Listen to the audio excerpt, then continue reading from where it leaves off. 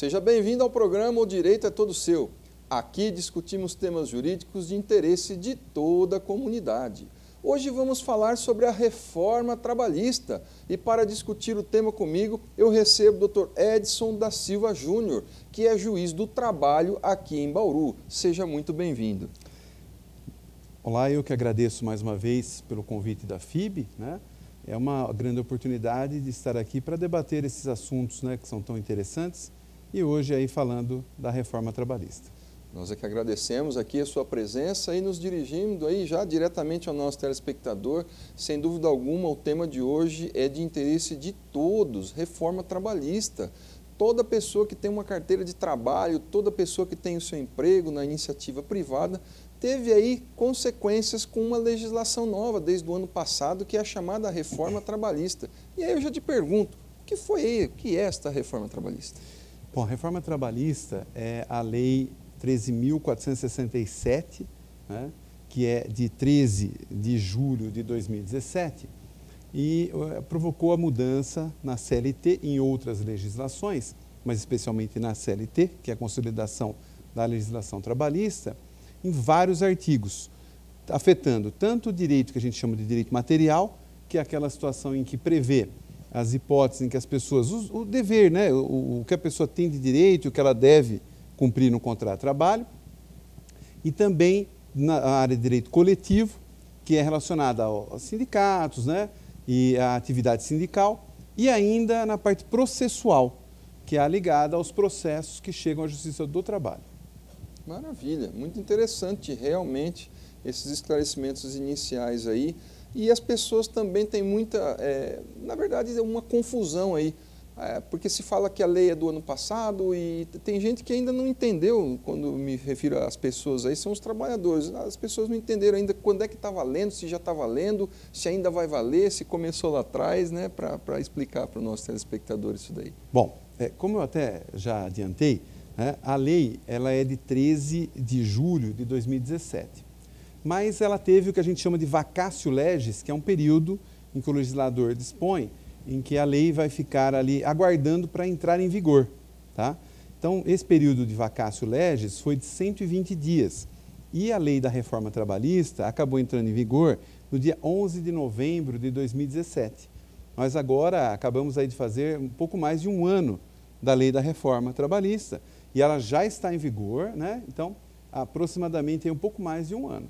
Isso. Outra situação que as pessoas aí que trabalham, né, que tem uma carteira de trabalho assinada, tem de dúvida, né? Quando você aí que nos ouve, que nos vê neste momento, você que tem um emprego, você que tem o seu trabalho com essa carteira assinada, você tem, na verdade, um verdadeiro contrato de trabalho. E a dúvida é a seguinte, essa nova lei atingiu esses contratos de trabalho já em vigor? Olha, essa é uma discussão muito interessante e que eu acredito que provavelmente vai gerar controvérsia na doutrina e na jurisprudência trabalhista, né? Para alguns, como o contrato já está em andamento, não haveria possibilidade, então, dessa nova legislação alcançar os contratos em andamento. Tá? Para outros, por outro lado, como o contrato de trabalho é um contrato que a gente chama de trato sucessivo, que ele se renova no tempo, em todos, né, sequencialmente em todos os dias, não haveria óbice, claro, preservaria-se as situações já consolidadas, mas a partir de então, a partir da entrada em vigor da legislação, ela passaria a valer para aqueles contratos, mesmo os que já estão em andamento. Eu acredito, né, pela experiência que eu tenho, né, que a jurisprudência irá pender para essa segunda interpretação, que é aquela que diz o seguinte: vale a reforma trabalhista a partir dali em diante, né? Ela vai alcançar os contratos que estão em vigor, mas não vai retroagir para prejudicar o trabalhador.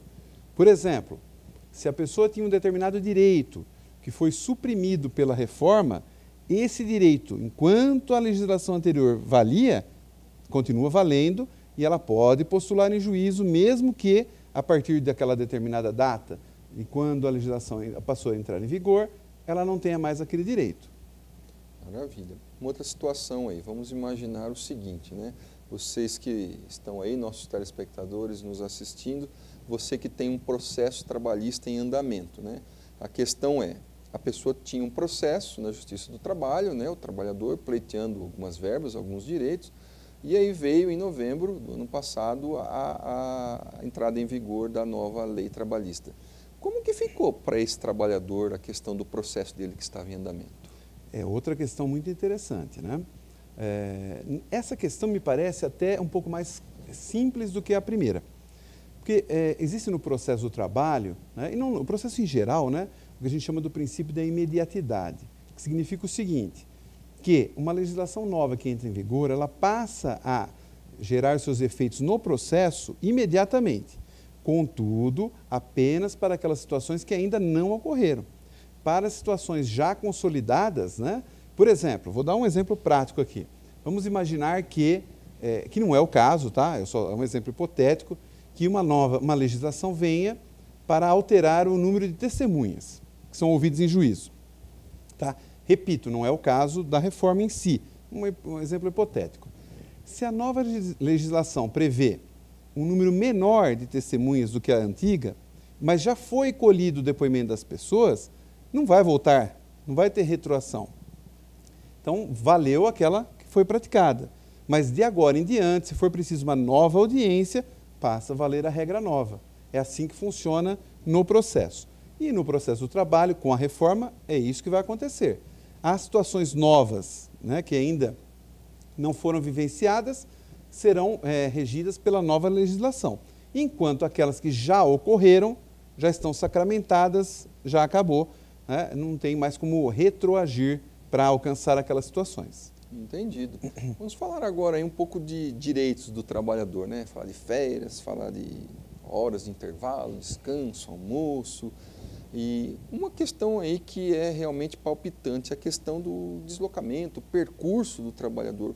O que aconteceu com as horas aí de percurso do trabalhador? Bom, para que o nosso público possa compreender, a hora de percurso, né, ou a hora in itinere, que também é conhecida dessa forma, é aquele trecho, o tempo de deslocamento que o trabalhador leva do local do local onde ele toma a condução para o trabalho até o trabalho e vice-versa, nas hipóteses em que não há transporte público ou o local é de difícil acesso e não servido por transporte público, né?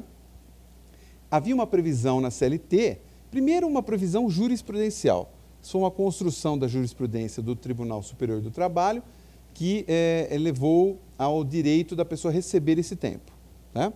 Depois isso foi incorporado na CLT. E agora, com a reforma trabalhista, isso foi modificado para suprimir esse direito.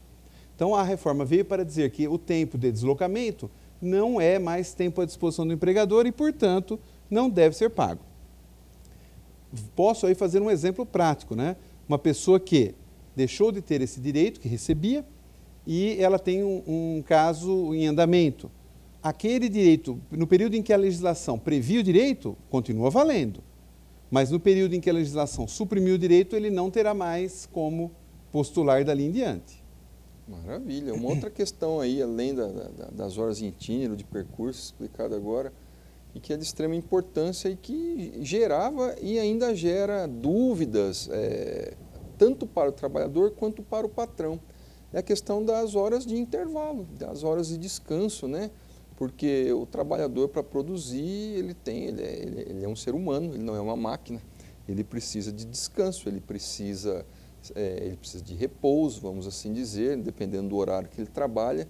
E isso eu tenho certeza que o nosso telespectador está aí se perguntando como é que ficou isso agora, depois da reforma trabalhista. Como é que ficou essas questões das horas de intervalo? Olha, eu acredito que o principal ponto quanto à hora de intervalo a ser abordado é a modificação que a legislação fez quanto à natureza desse intervalo.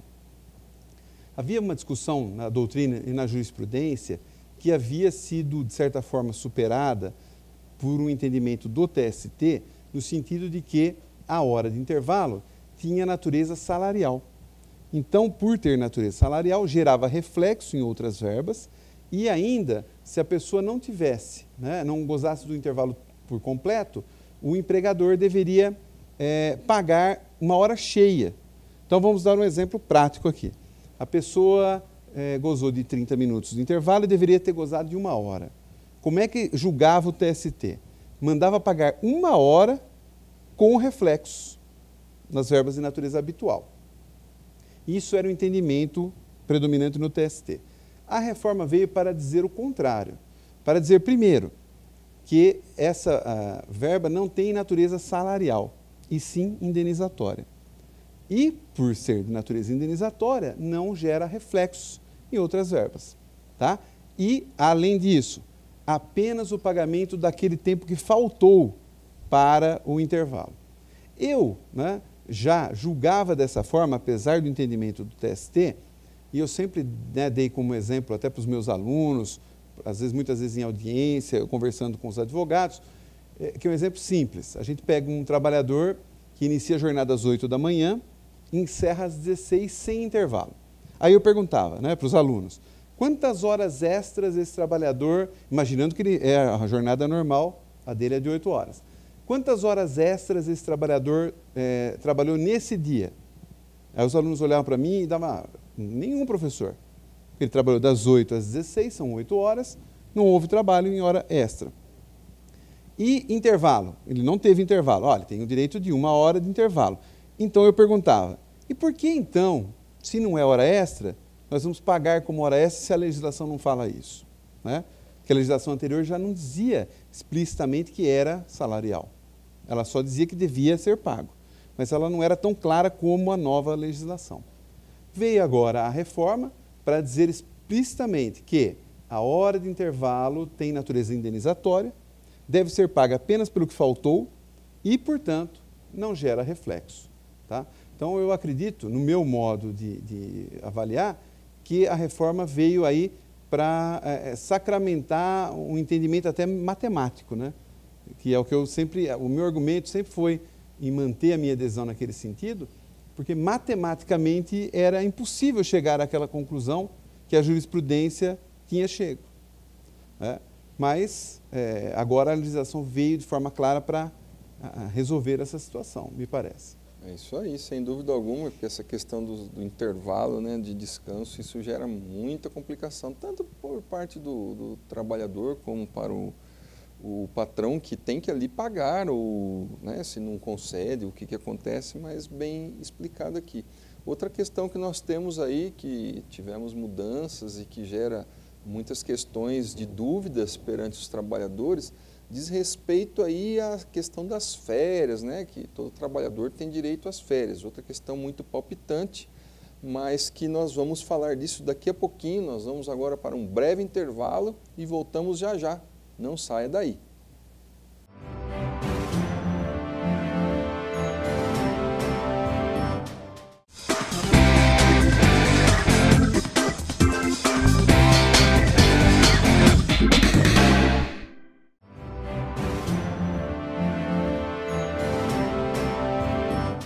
Seja bem-vindo ao programa O Direito é Todo Seu. Hoje estamos discutindo as questões atinentes à reforma trabalhista e debate o tema comigo o Dr. Edson da Silva Júnior, que é juiz do trabalho aqui em Bauru. Nós estávamos falando no bloco passado a questão de alguns direitos que mudaram em virtude da reforma trabalhista, e eu estava falando sobre a questão das férias, o que impactou com a reforma trabalhista nessa questão das férias, que é outra questão tão importante para o trabalhador. Te pergunto, como é que ficou as férias? Olha, eu acho que a principal mudança nas férias é uma mudança, ao meu sentir, positiva, que é a possibilidade de cindir as férias em 3 períodos. Anteriormente, o trabalhador, ainda que ele quisesse, ele não podia fazer isso. Hoje pode. Então, ele pode dividir em 3 períodos, sendo que a legislação exige que um deles tenha no mínimo 14 dias corridos e os outros 2 não podem ter menos do que 5 dias corridos. Tá? Eu, sinceramente, acho que aí o legislador foi até preciosista, porque pode ser que para um trabalhador seja mais vantajoso, por exemplo, dividir em 3 períodos de 10, ao invés de dividir dessa forma, que veio pela legislação. Mas eu já acho que, considerando a legislação que nós tínhamos, que era pior ainda, melhorou. Ficou mais fácil, porque muitas vezes, para o trabalhador, é mais vantajoso. Tem pessoas que têm interesse em fazer uma viagem curta, ela não quer ficar 30 dias, ela prefere dividir em 3 períodos no ano. Eu acho que nesse aspecto, a legislação veio para modernizar realmente e possibilitar ao próprio trabalhador, de certa forma, escolher como para ele é melhor aquela situação, né? E não a própria lei definir como fazia antigamente. E outro ponto importante é que a legislação anterior exigia para as pessoas, né, com mais idade e para os mais jovens que as férias não pudessem ser divididas em períodos. E agora isso é possível porque houve a revogação do dispositivo que assim previa. Então, no meu entender, eu acredito que essa nova legislação vai ajudar a melhorar a questão das férias para a negociação, né, entre o trabalhador e o empregador. Sem dúvida. Nós tivemos também com a reforma trabalhista ficou um nome bonito, né? O legislador brasileiro, quando vem uma lei nova, parece que é praxe colocar nome bonito em alguns artigos de lei. E o legislador na reforma trabalhista não fez diferente. Ele colocou um nome bonito lá, que é um tal de trabalho intermitente, um nome impactante, né? Isso está gerando muita controvérsia. O trabalho intermitente hoje, talvez, dentre os vários assuntos controversos da reforma, esse seja um deles. E muitos dos trabalhadores que estão aí nos vendo, nos ouvindo, podem estar, né, primeira vez que estão ouvindo esse nome, trabalho intermitente. Como que ficou, o que é esse trabalho intermitente com a reforma? Eu acredito que o trabalho intermitente talvez seja o dispositivo mais controverso e, ao mesmo tempo, mais inovador da reforma trabalhista, porque ele vem para resolver uma situação que sempre foi um problema no direito do trabalho. Porque nós tínhamos o quê, basicamente? O trabalhador com vínculo, que é aquela pessoa que exerce, né, continuamente o seu trabalho, né, para um empregador. Então, é aquela pessoa, para que o nosso a telespectadora entenda, aquela pessoa que trabalha de segunda a sexta, sábado, sempre para o mesmo empregador. E tínhamos aquele que é o autônomo, ou, por exemplo, o freelancer, é aquela pessoa, é o garçom, por exemplo, que vai só na sexta-noite, quando o bar tem mais gente, e pede para que ele vá. Nós tínhamos essas duas figuras. Mas existem certas situações em que a pessoa não é nem um freelancer propriamente dito, nem um autônomo, e nem o trabalhador previsto no artigo 2º e 3º da CLT. É uma pessoa que presta com uma certa habitualidade, mas de forma intermitente o seu trabalho. É aquela pessoa que, olha, a cada 15 dias ele combina com o empregador de prestar o serviço sábado e domingo naquele bar, por exemplo. Pela legislação anterior, ele não era nem empregado e nem o autônomo. Ele era enquadrado normalmente como autônomo, mas tecnicamente, se a gente fosse analisar, ele estava numa zona cinzenta e nebulosa que não tinha previsão legal. Me parece que, se bem utilizado esse instituto, ele vai solucionar esse problema, trazendo uma vantagem para o trabalhador, que é a seguinte: antigamente esse freelancer, essa pessoa autônoma, não tinha direito trabalhista. E hoje, pela regra nova, ele é um trabalhador com registro CLT, só que intermitente. Vai ser combinado com o seu patrão, né? Que forma vai ser essa intermitência? Se é diária, se é semanal, se é mensal? Como é que funciona, né, esse trabalho? Mas é a possibilidade que a pessoa tem de regulamentar situações em que antes ela estaria ali na informalidade. E me parece que com isso nós vamos poder aumentar aí o número de trabalho oficial no país. Sem dúvida, né? Essa é, como dito agora mesmo, a questão aí que gera muita controvérsia. Pessoas do meio jurídico são a favor, acham que é bom o contrato intermitente, o trabalho intermitente, outras acreditam que o trabalho intermitente não é bom, enfim, só o tempo aí para nos dizer o que é que, se é bom, se não é bom, se melhorou ou não. Eu até gostaria só de fazer uma conclusão nesse aspecto, é exatamente isso. Hoje, dizer, olha, vai ser bom, vai ser ruim, vai ser bem utilizado, vai funcionar no Brasil, sinceramente, nós não temos ainda elementos para isso.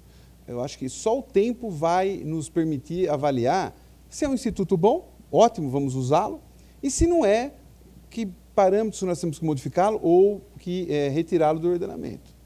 Perfeito. Outra questão aí com a reforma trabalhista ainda, em relação ao contrato de trabalho, né? Houveram mudanças aí na questão da resolução do contrato de trabalho. Como que está isso? Olha, a resolução do contrato, basicamente para o nosso telespectador, é o término do contrato. Aquele momento em que as partes chegam a um consenso, né? Ou seja um consenso, ou seja porque uma delas não tem mais interesse em continuar o contrato, em que a gente rompe o contrato de trabalho. A principal mudança nesse aspecto, me parece, aí as principais são, primeiro, anteriormente, quando a pessoa tinha mais de um ano de trabalho, ela tinha que fazer o que a gente chamava de homologação da rescisão do contrato no sindicato da categoria ou no Ministério do Trabalho, né? Isso não é mais necessário, tá? Pela nova regra, isso não há mais necessidade, ela não há mais que fazer essa homologação no sindicato. É feito o termo de rescisão do contrato de trabalho e ali está resolvida a questão, tá? Esse é o primeiro ponto. Segundo ponto, outra mudança importante aí para que o empregador especialmente saiba. Pela legislação anterior, quando havia o término do contrato, dependendo da sua modalidade, o pagamento do valor rescisório tinha que ser feito no dia imediatamente seguinte ou no prazo de 10 dias, dependia da situação. Hoje, pela nova regra, não importa. Qualquer que seja a modalidade, o pagamento tem que ser feito em até 10 dias. Me parece que com isso nós simplificamos a legislação e evitamos muitas discussões que nós tínhamos no judiciário sobre isso. Eu mesmo já julguei inúmeras vezes essa questão, tá? Uma má interpretação do que é o artigo 477 da CLT gerava pagamento de multa por questão de um dia, de desconhecimento da lei. Hoje não, hoje ficou padronizado que o pagamento tem que ser feito em 10 dias, então me parece que ficou muito mais claro e mais fácil. Maravilha, sem dúvida. Outra questão, uns dizem que é uma inovação, é uma questão vanguardista, que realmente isso é bom, outros dizem que não, mas a questão é a seguinte, o patrão e o empregado eles podem fazer um acordo para extinguir o contrato de trabalho. Outra inovação da reforma.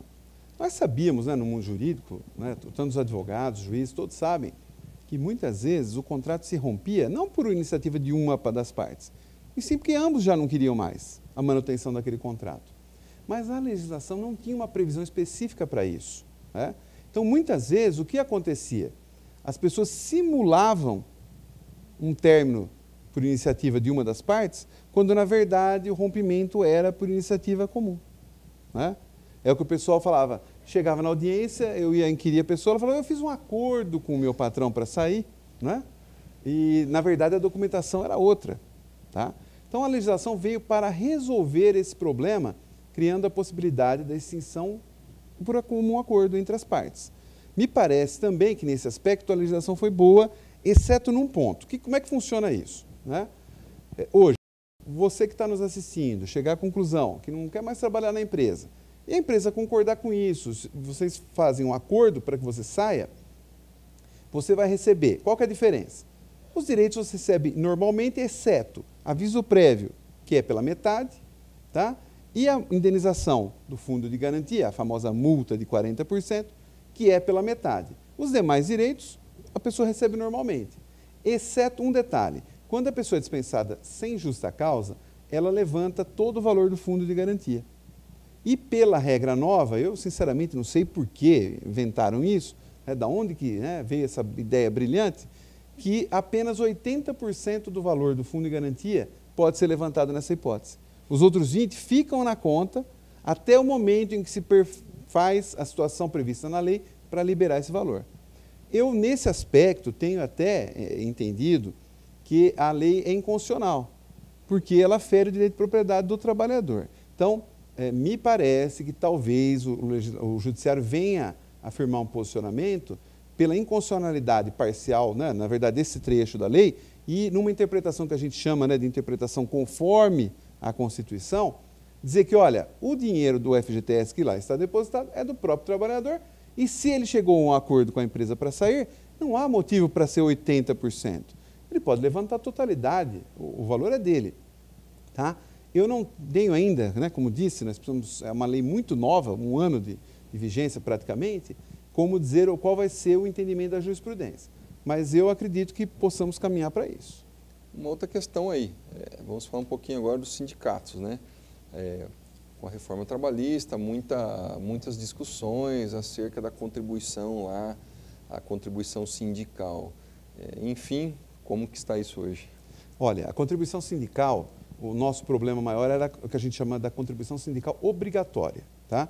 Porque o sindicato cobra contribuições que são fixadas pela própria categoria.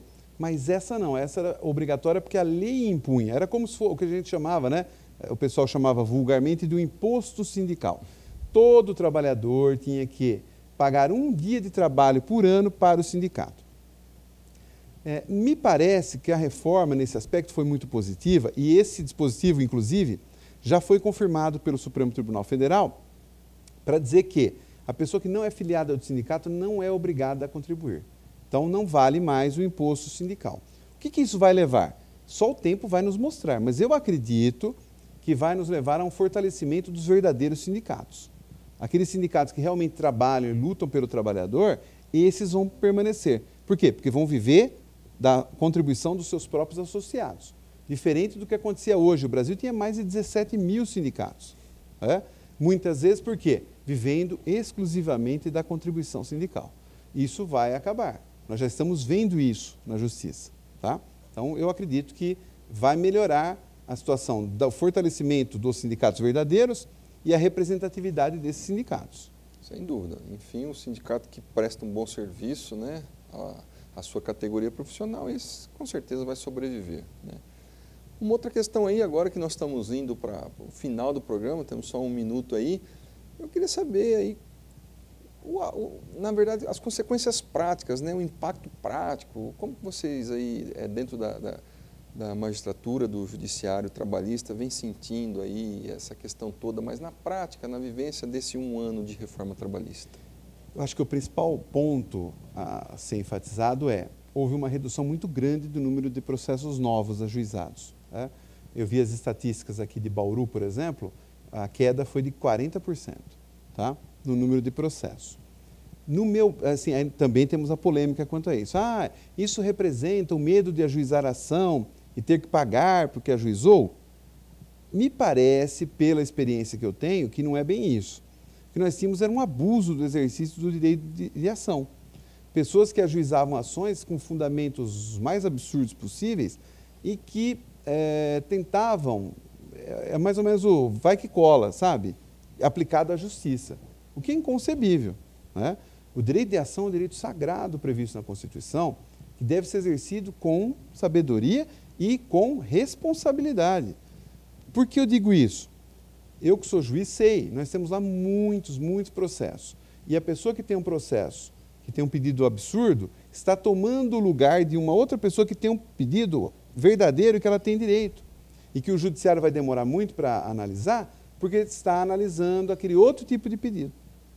Então, nesse aspecto, eu, de certa forma, acredito que a reforma veio para moralizar e fazer com que a pessoa, ela tenha efetivamente chance, deve postular. Essas aventuras jurídicas que muitas vezes a gente recebia, tem que realmente ser coibidas. Sem dúvida.